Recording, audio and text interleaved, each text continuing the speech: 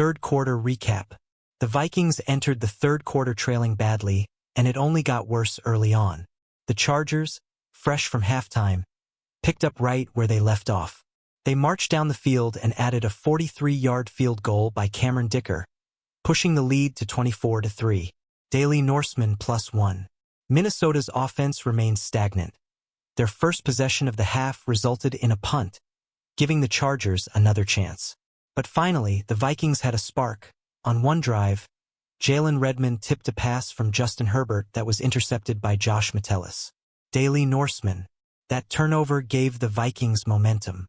They looked as if they were set to settle for a field goal, which was converted. But due to a penalty on the Chargers for 12 men on the field, Minnesota went for it on 4th and goal. On that play, the Vikings capitalized. Carson Wentz connected with Jordan Addison for a 4-yard touchdown, making it 24-10. Daily Norseman. However, the relief was short-lived. The Chargers came back with another scoring drive, including a touchdown that made it a 21-point game again.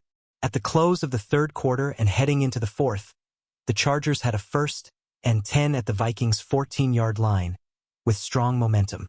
The game was all but slipping away from Minnesota. Daily Norseman +1. Fourth quarter discussion and what it means.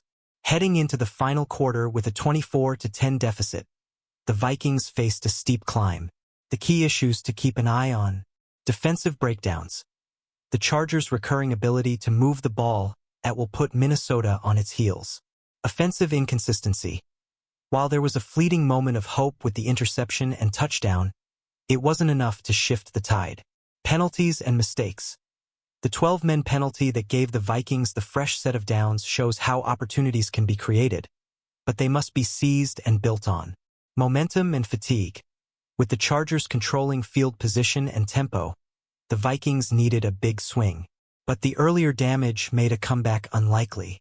From a broader perspective, this game is emblematic of the Vikings' 2025 troubles. Games where early holes become too large, and the margin for error shrinks rapidly.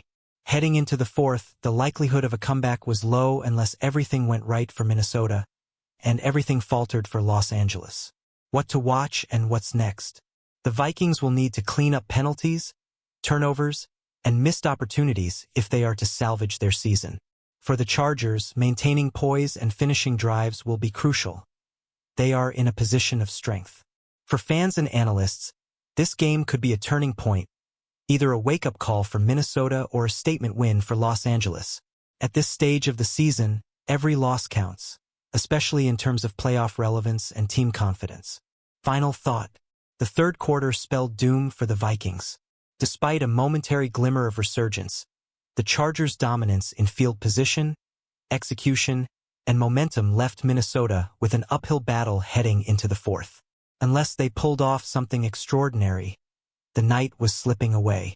If you'd like, I can pull statistics, yards, turnovers, time of possession, and player grades for both sides to deepen the breakdown.